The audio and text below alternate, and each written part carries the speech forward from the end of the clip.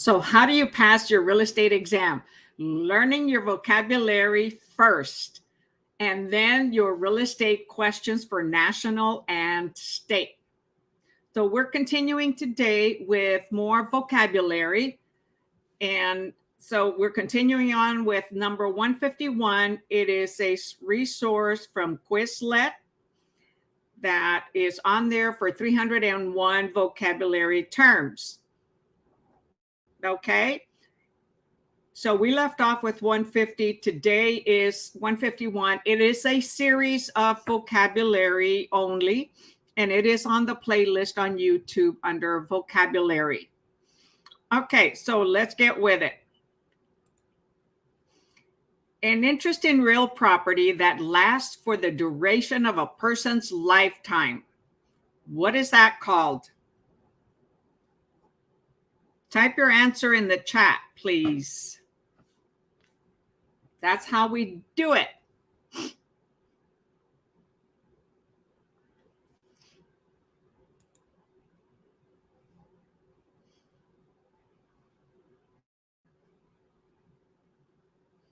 Okay, if anybody is on Facebook, remember to go to StreamYard.com/Facebook so that you can give StreamYard permission to post your name. Facebook is very protective.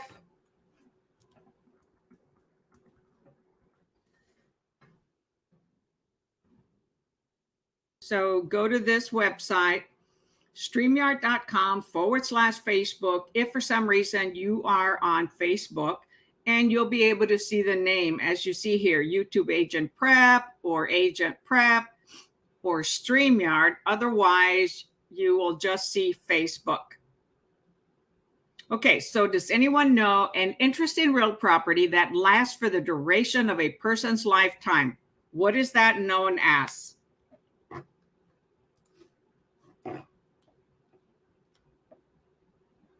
Type your answer on the chat, either on Facebook or on YouTube. And this is vocabulary that applies to your national and state questions. All right, so let's look at the answer. Life estate.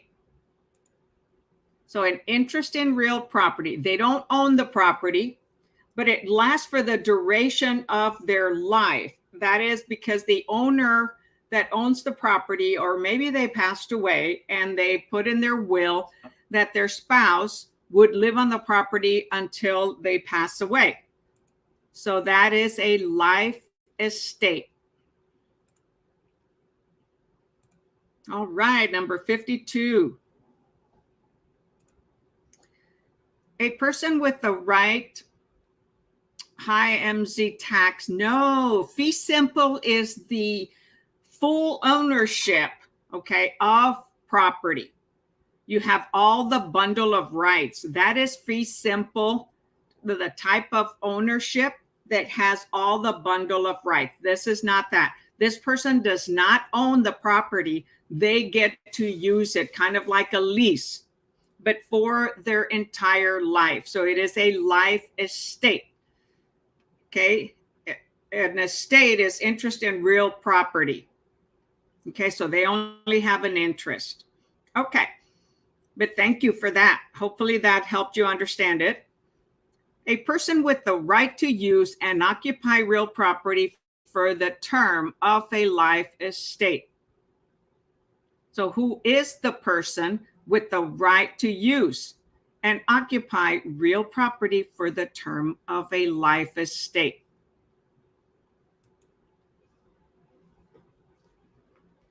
Type your answer in the chat.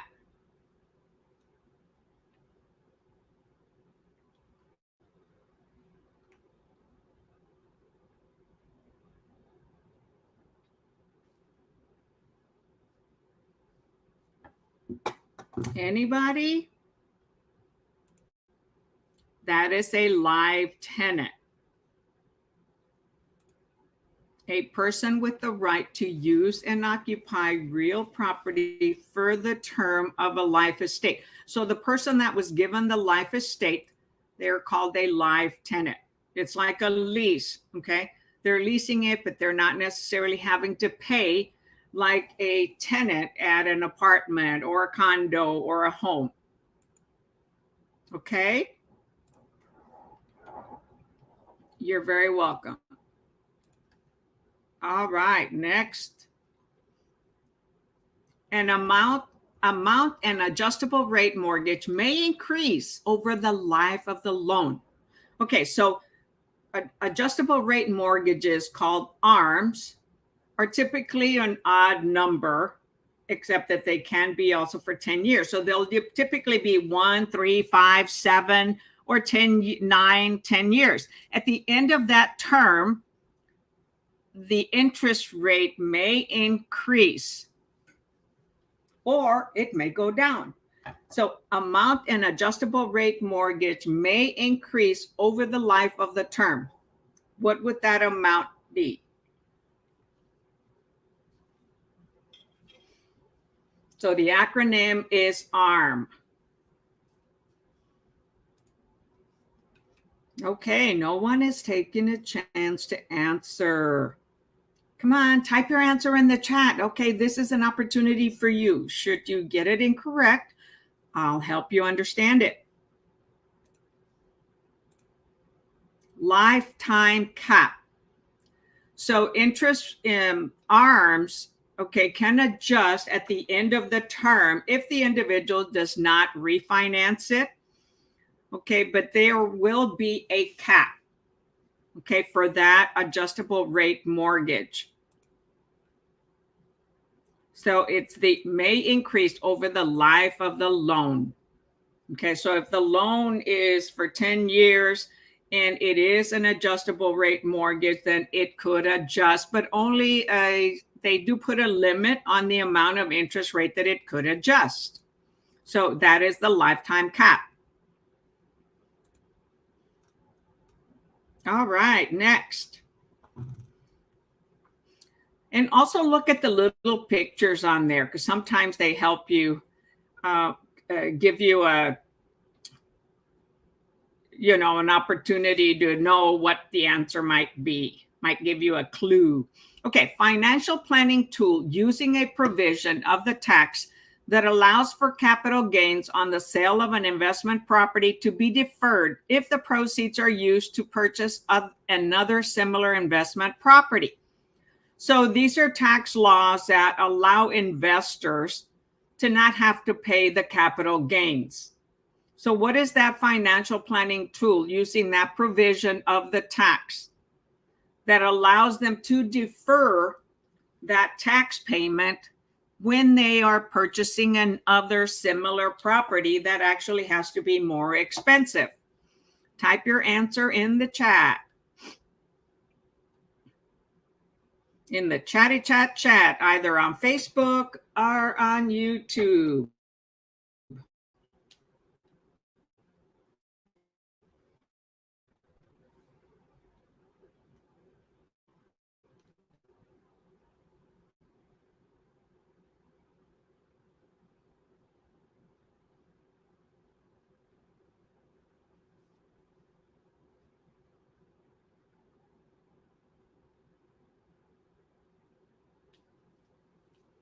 No one, huh? So I also have Patrick and 2 other persons that are watching, but nobody has typed an answer. All right, so let's go for the answer. Like-kind exchange, also known as 1031 exchange.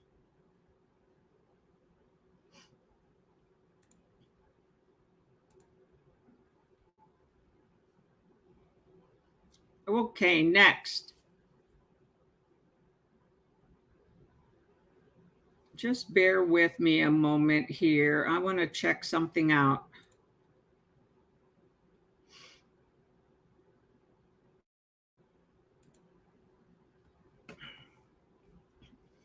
For some reason, I'm looking at Maybe we did this already. I don't think so, but let me check.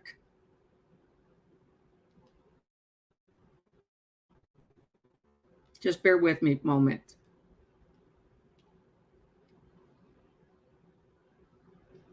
No, we're doing okay.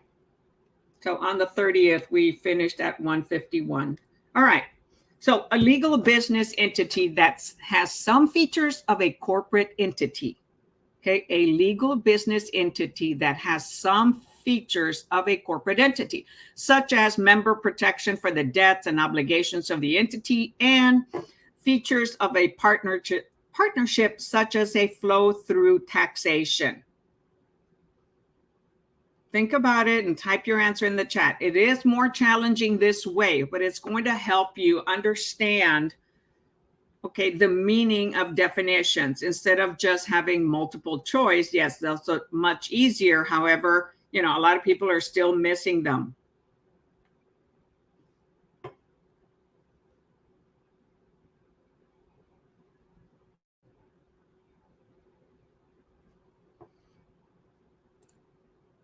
Limited liability company, LLC.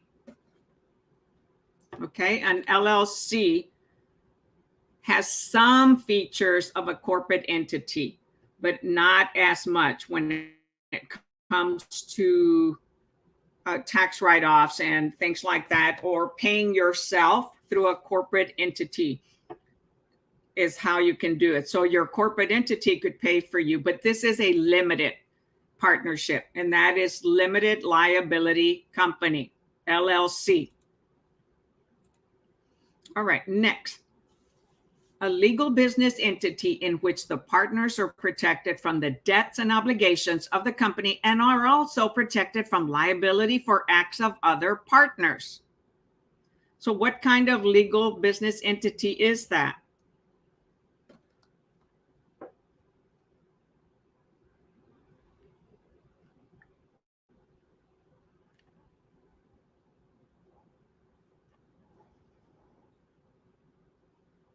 Type your answer in the chat.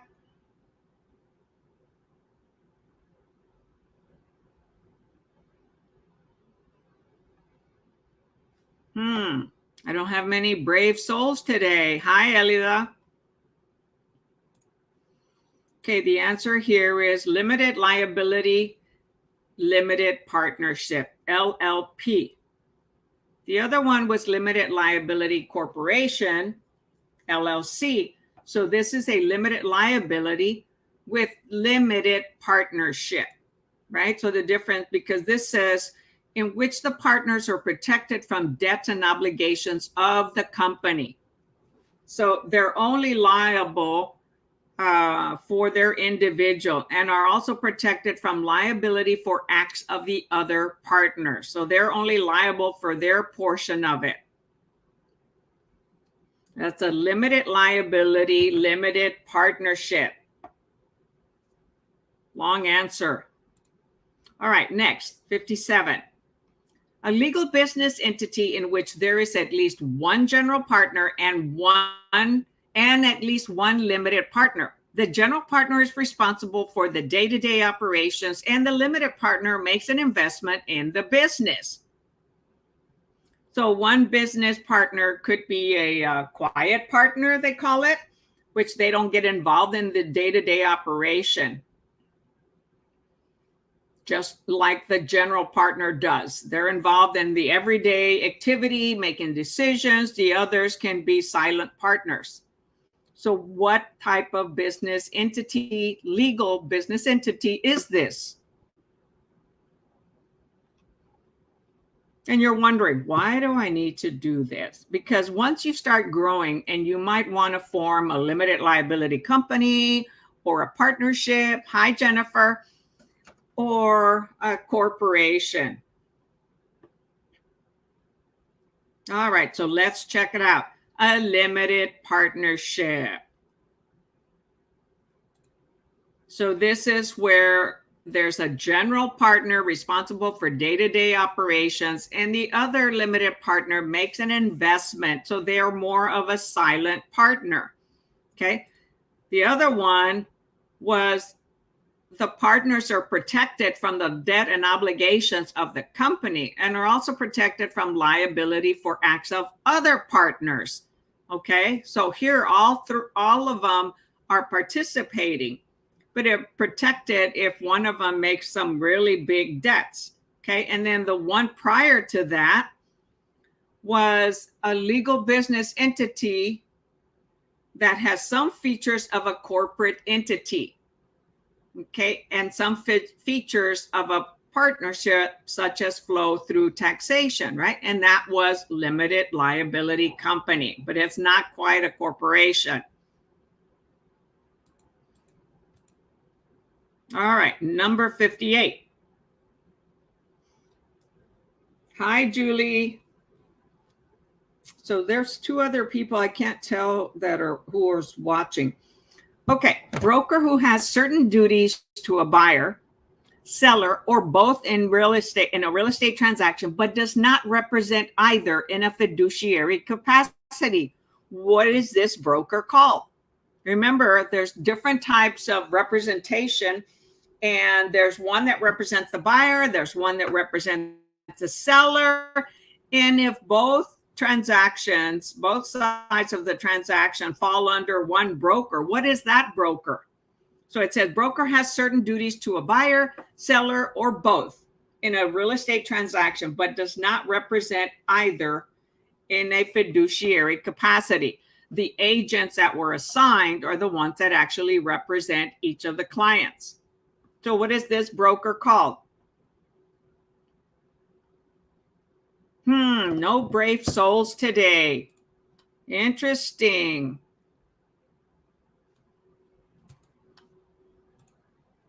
Limited representation. So in the state of Texas, okay, they could be the intermediary, right? And they could be overseeing the buyer agent and the seller agent. But in this case, they have limited representation. When the broker has certain duties to a buyer, seller, or both in a real estate transaction, but does not represent either in a fiduciary capacity. So let's say an example, the seller was represented by the broker. However, now a buyer decides to come and buy the purchase the property that the broker had as a listing. So the broker has to inform the seller that they have a buyer, and this could be in a state where there's dual representation, right? Not in Texas. So in that case, the seller might say, okay, well, you can remove yourself from representing me or the other party and just do a limited representation. Now, that doesn't mean that they wouldn't get commission. They would still get commission. Okay? All right, next. An agreed to amount of money paid to the non-defaulting party by the defaulting party in the case of a contract breach. Okay, so a buyer and a seller have come into an agreement, mutual agreement, in the sale purchase of a property. So what happens to the agreed amount of, what is the agreed to amount of money paid to the non-defaulting party? So let's say the seller is selling and the buyer default. The buyer doesn't follow through with their specific performance, right? Each party has specific performance. And if one of them defaults, what is the ramification, the amount of money paid, not what is the amount? What is it called? An agreed to amount of money paid to the non-defaulting party by the party that defaulted in case of a contract breach. So what is that? What the contract, the 1-4 residential resale contract would state what happens. No one? Liquidated damages. So the liquidated damages are going to be the earnest money for the seller. For the buyer, they lose their earnest money. Okay. If the seller defaults, the buyer will get their earnest money back, but not the option fee. However, that's in the state of Texas. However, they could take the seller to court. They have a right to enforce that the seller followed through with the sale of the property. But it is called liquidated damages. Okay, next. Number 60, the process of estimating the amount of money a sale of all business assets would likely produce when going out of business. So the process of estimating the amount of money a sale of all business assets would likely produce when going out of business. What would that be?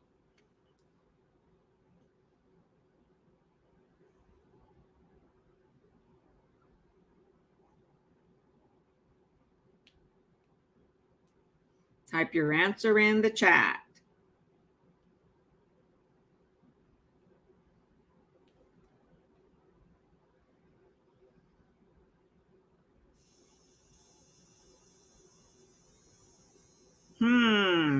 Okay. Liquidation analysis. So when an investor or business owner wants money in their pocket, they're going to analyze all their assets. Okay, all their equipment. Let's say if they have a computer business, they're going to, analyze what the value of their computers, printers, electronics, anything else in that business. So that is called, when they're getting ready to go out of business, they're going to be selling everything. They're going to be getting the cash. That is called the liquidation analysis. Okay, the other one was, I'm sorry, here.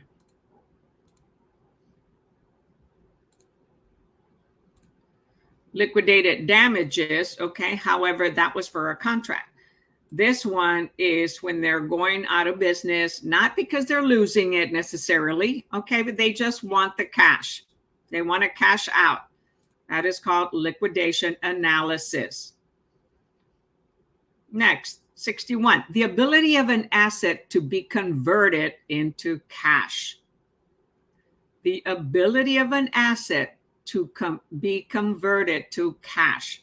So what is an asset? It could be your house, it could be a car, it could be a boat, an RV, furniture, any asset that you have, stocks. So what is it called? The ability of an asset to be converted to cash.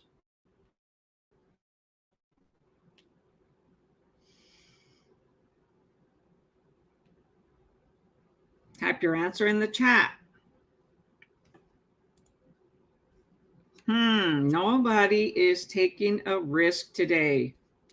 All right, well, I'll just go a little bit faster. Liquidity. Okay, so they analyze it. Now, when they're going to get their money, what is that called? Liquidity. They liquidate their assets and convert it to cash. That is liquidity.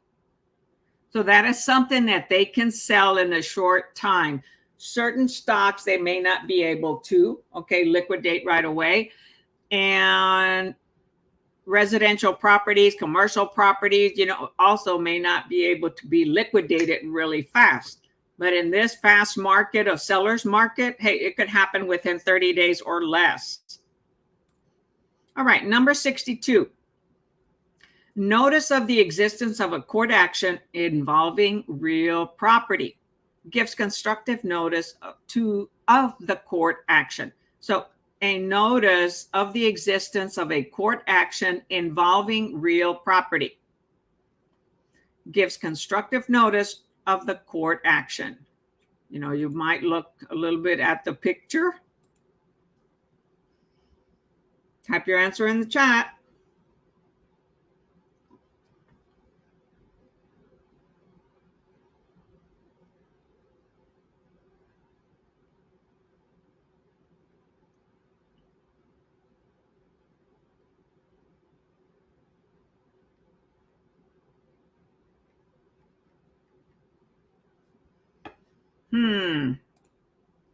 Lis pendens. Pending lawsuit. Okay, Latin. Pending lawsuit. Number 63. A resolution of a dispute through court action. So what is a resolution of a dispute through court action? You know, there's a lot of different types of court actions, right? One of them is a divorce decree, judgments, all kinds of things. So what is a resolution of a dispute through court action?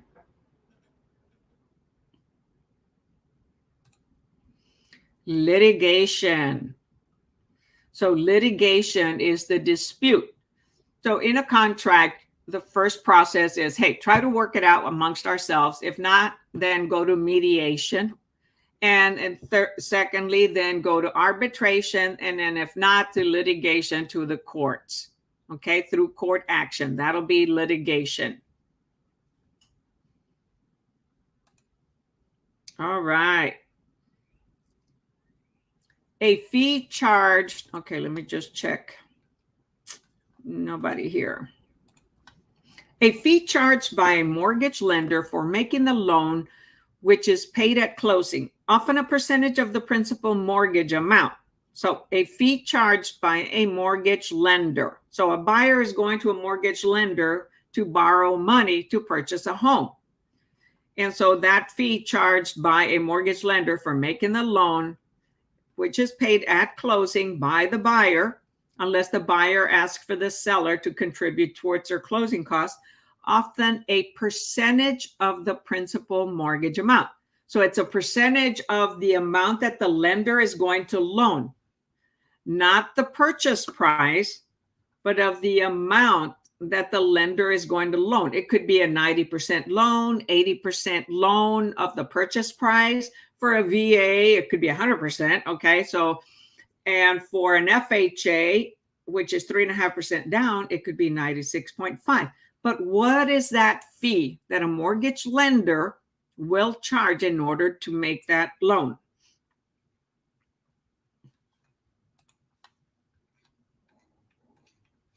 All right, nobody's chatty chat.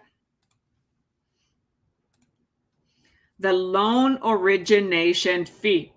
And that can usually be 1%, 1.5% of the loan amount. So let's say the loan is $500,000. 1% of that would be $5,000. That would be a loan origination fee, which would be part of the closing costs. That's a big amount, right? Now you're buying a big house, $500,000. So I typically recommend to a buyer to look for a lender that does not charge a loan origination fee, or I will have lenders that I can refer to them that don't charge any fees. Number 65, a service that may be provided to a mortgage lender where the mortgage servicing company, not the lender, okay, it's a mortgage servicing company, collects the mortgage payments due and keeps record related to the loan. So this is a service that may be provided to a mortgage lender where the mortgage servicing company, okay, they're not the lender. Remember, service from a mortgage servicing company collects the mortgage payments due and keeps records related to the loan. So they may collect the principal and interest, property taxes, and also insurance. So they'll be doing the escrow. So what would that service be? Anyone?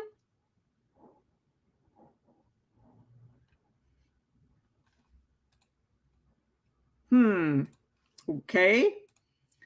Loan servicing. So that one was kind of straightforward, okay?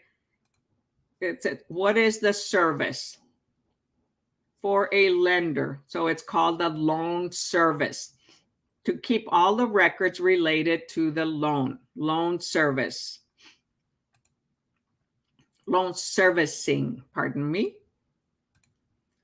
Okie dokie. Next, expression for how much equity a borrower has in a property and how much risk a lender has on the loan. Calculated by dividing the loan amount by the property value. So they have a loan amount of $450,000 and they have a property value of $700,000. Or let's make it a little easier, a million, okay? So it says calculated by dividing the loan amount, 500,000, divided by a million, which is the current property value. So how is that expression for how equity a borrower has, expression for how much equity a borrower has in the property and how much risk a lender has on the loan? What is that expression?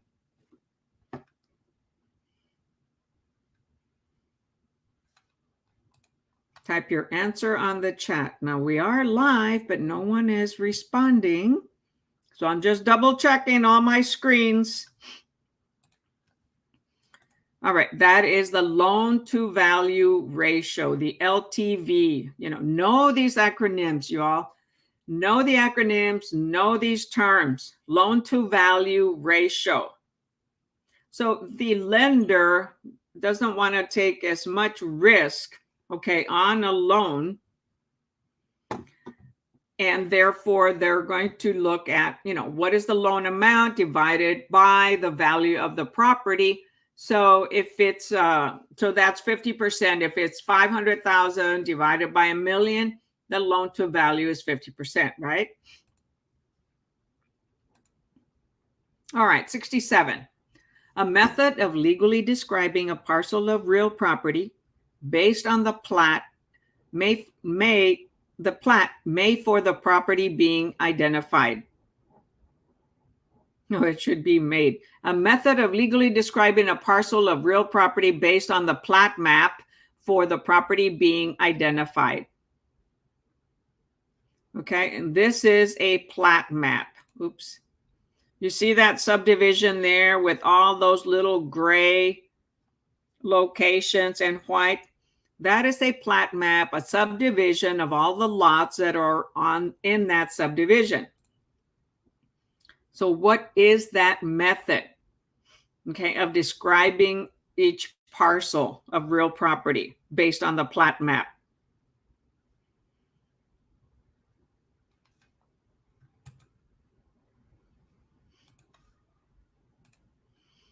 Lot and block survey method.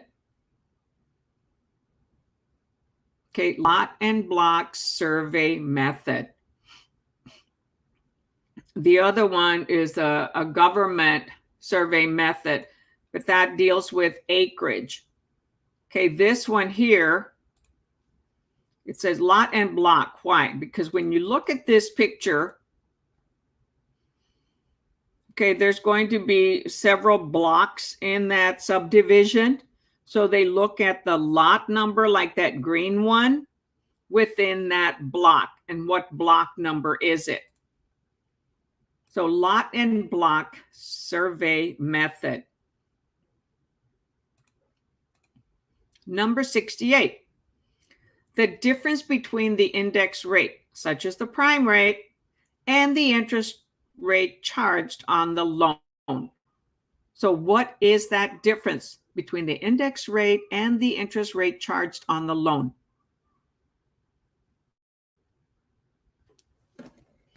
Type your answer in the chat.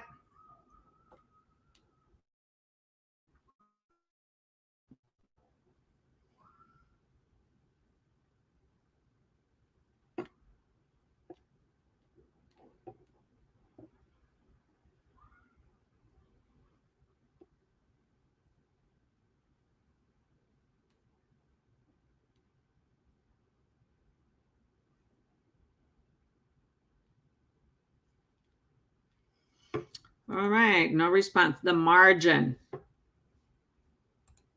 So that's the difference between the index rate, and such as the prime rate, and the actual interest rate charged on the loan.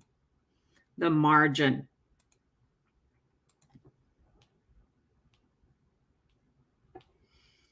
All right, number 69. Estimated amount of a property will sell for considering normal market and transaction conditions.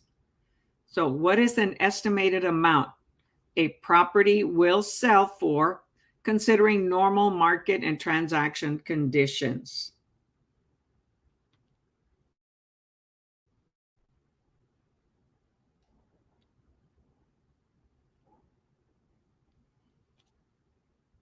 Hi, Mar. Thank you for watching and joining us.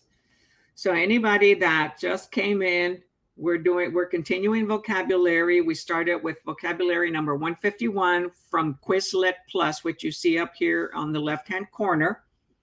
There are different types of helpful material that you can study without purchasing or paying for it. So what is that amount? The market value, right? Estimated amount a property will sell for considering normal market and transaction conditions. The market value. So that would be the current market value.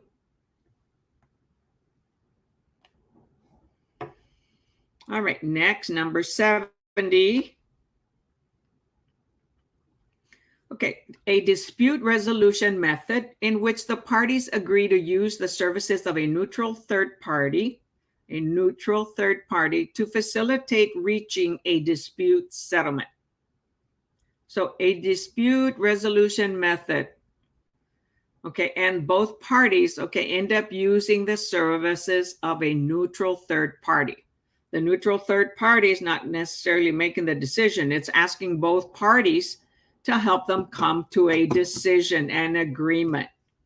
What is that called?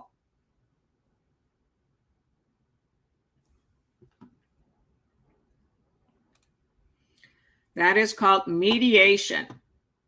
So whenever there's a dispute, the first thing that's recommended in a contract, well, in the contract, it says mediation. Prior to mediation, hey, it's our job to work towards resolving issues amongst us with the broker before going to mediation. However, if that doesn't work, then we go to mediation. If mediation doesn't work, hi, Kylie, then we go to arbitration.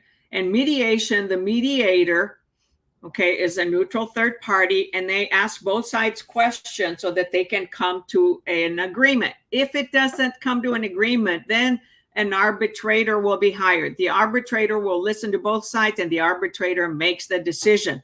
If that doesn't work, then it goes to the court, and that is litigation.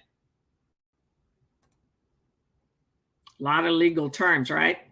All right, 71.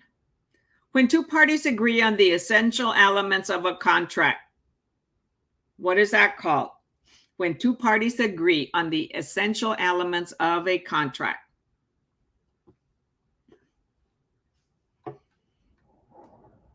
You can type your answer in the chat. I'm going to ask. I know there are people here, but is anyone out there alive?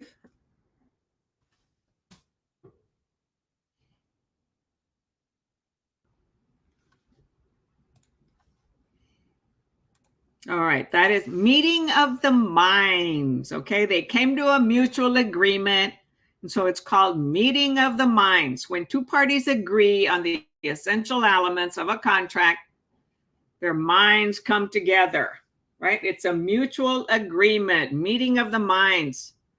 Hi, Sinata. Next, so it's a common word to use out there, meeting of the minds. Number 72, a system of legally describing real property in relation to natural monuments, such as rivers and man-made survey monuments, which uses measurements, directions, and distances. So a system of legally describing real property in relation to natural monuments, such as rivers, could be a pond, a lake, okay, and man-made survey monuments, which uses measurements, directions, and distances. Excuse me. Hi, Ricky. Thank you for joining us. So what is that called? Hey, there are a lot of you on here tonight. You know, come on and participate. This is the time to do it. Let me help you if for some reason you don't understand it. Because otherwise, I'm just going to go through them. Hey, Rachel. Meets and bounds. Yoo-hoo! I had somebody participate. Rachel says meets and bounds, and that is correct. Awesome. Meets and bounds. So it'll say 50 feet east, and then maybe 45 feet northeast or southeast. You know, that's a direction. And it'll start at a marker that they'll put a metal stake, a wooden stake, or there could be some other type of marker out there. Man-made survey monuments. Very good. Participation. Yay. Right. Fractional amount per thousand. 1/1000. So when is that used and what is it called? 1 divided by 1,000. Type your answer in the chat.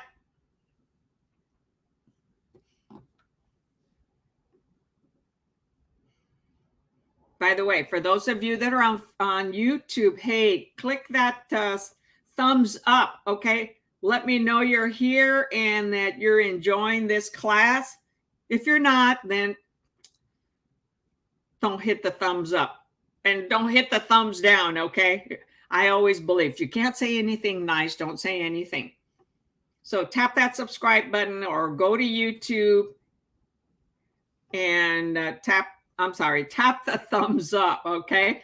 If you're on Facebook or anywhere else, hey, go over to the YouTube channel, tap the subscribe button, click the little bell so you're the first to get notified every time I go live, okay? And hit that thumbs up. All right, so let's look at the answer.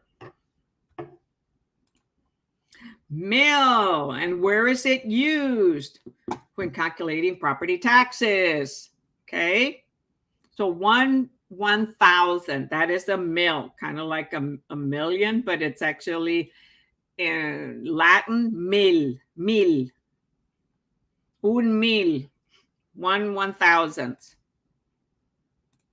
74. Ooh, true or false?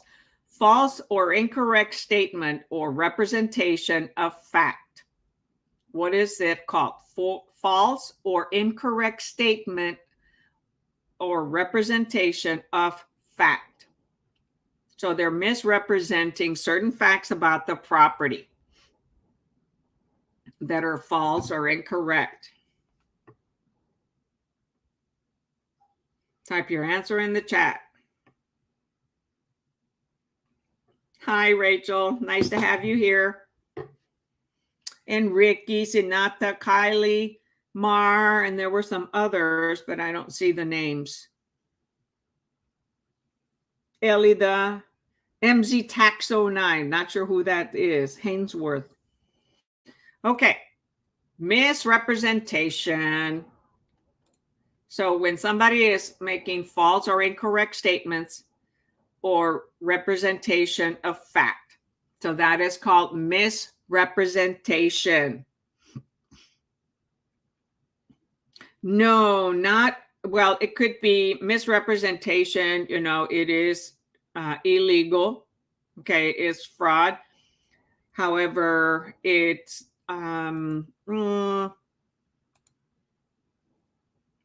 not necessarily puffing.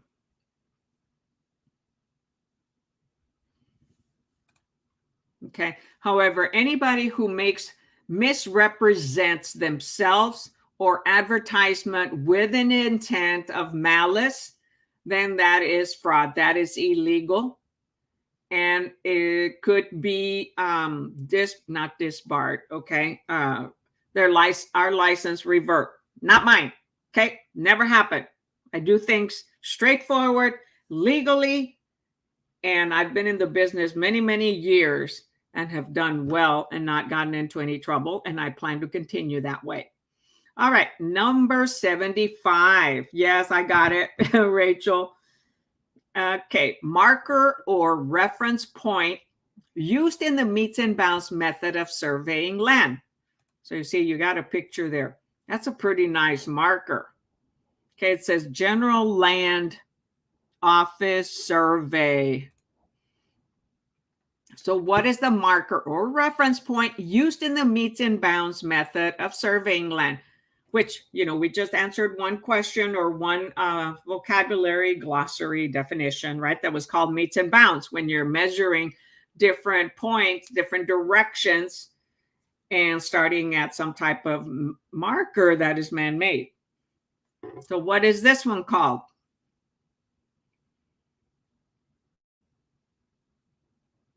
Going once, going twice, gone. Monument. Okay, so in the previous question here, it says system of legally describing real property, right? And man-made survey monuments, right? So this one is a monument, a marker or reference point. Right here it said, a reference point. Well, it didn't say, it says system of legally describing real property in relation to natural monuments, okay, and man-made survey monuments.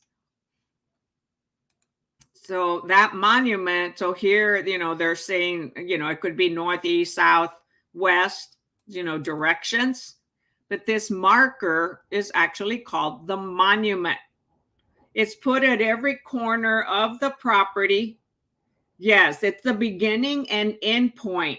Okay, however, there could be one, there's going to be one at every corner of the property, or wherever there's a turn, they will put a marker. And in the past, it used to be a metal marker, which was really nice, because if someone bought the property and the marker was deep and covered by soil or grass, you could use a metal detector to find where these metals were, where these metal markers were. But a lot of times nowadays they use little wooden stakes. Well, this will eventually rot, break, get pulled out. And there may not be a permanent metal marker, which is called a monument. Okay, beginning and end point. Yes, that is the starting point. So anytime there a meets and bounds survey is done, there's a starting point. They put a monument and they go all the way around the property and come back to the beginning point. So that beginning point is also the end point. All right, very good, Rachel. Okay, you all. So that was 25 vocabulary today. We will keep going on vocabulary until we hit 301. Hopefully on Saturday, I will do some Q&A. I'm on travel right now and don't have all of my monitors that make it a lot easier for me to display things and for me to see how everybody's participating. So today I had to do vocabulary. However, it is crucial. Learn, study, practice the vocabulary, y'all. It is very important, okay, that you know your vocabulary, okay, because the vocabulary is going to show up in a lot of the questions. And when you know the vocabulary, it'll be one of the answers, okay, as far as what the topic is on the question. So remember to read the question, look at exactly keywords, terms, and things like that, that will trigger you to answer it correctly, or could, deviate you to try to get you to answer it wrong. So practice these vocabulary. There's a lot of places online. Just search vocabulary. It could be on your book or other resources. Not everybody that teaches the courses provides a glossary. However, the book that I use on the Q&A, all right, that has a glossary in it. And so under the vocabulary section of the playlist, I have used different vocabulary sources. This one is one that I found on Quizlet. So you're welcome to go to Quizlet and see all 301 vocabulary. However, they're just going to show you, the answer and not give examples or describe it a little bit more. So guys, ladies, study every day. Schedule your date. Don't be afraid. And remember to, when you go to the exam, skip the first 5 questions, okay? 5. Those are typically the hardest and will get you nervous and cause you to miss other questions. So skip the first 5 and the math, answer all the easy ones, and then come back to those that you click for review. You'll feel much better and be better prepared and have more time when you finish all the easy ones first. Don't take a lot of time, more than a minute with a question, because you'll run out of time. Okay, so you got to relax, take a deep breath, ask for guidance, and remember. And for some reason you don't pass, hey, don't panic. Don't beat yourself up. It's okay. Go take it again. It means you still needed to study more and understand the material. A lot of the material you may not use. However, that's how we go to school, right? We go to school and we learn a lot of things, but we don't necessarily use it all. But it sets a foundation to understand and learn how to research and determine, the right material that we need in order to help our clients. And as always, hey, remember, I'm also a real estate agent. Okay, I'm a realtor. I used to be a broker. So I am with eXp Realty, and I am looking for students, realtors, okay, to join me, partner with me at eXp. We are a virtual company, a cloud-based company. We may not be for everybody, but it is an awesome company that provides you with different ways to make money, not just commission. And as a beginner, you will be assigned a mentor for your first 3 transactions. It will cost you a little bit more for your first 3 transactions. However, you'll have someone there, the mentor, to help you along, review your contracts, your documents, answer questions for you, and guide you. I can be that mentor. I would be your sponsor should you join eXp, and I'll always be there for you and available. All right, y'all. So if this is your first time in my YouTube channel, remember to tap that subscribe button, click that little bell, and hey, do that thumbs up if you found this useful. Until next time, catch you all later.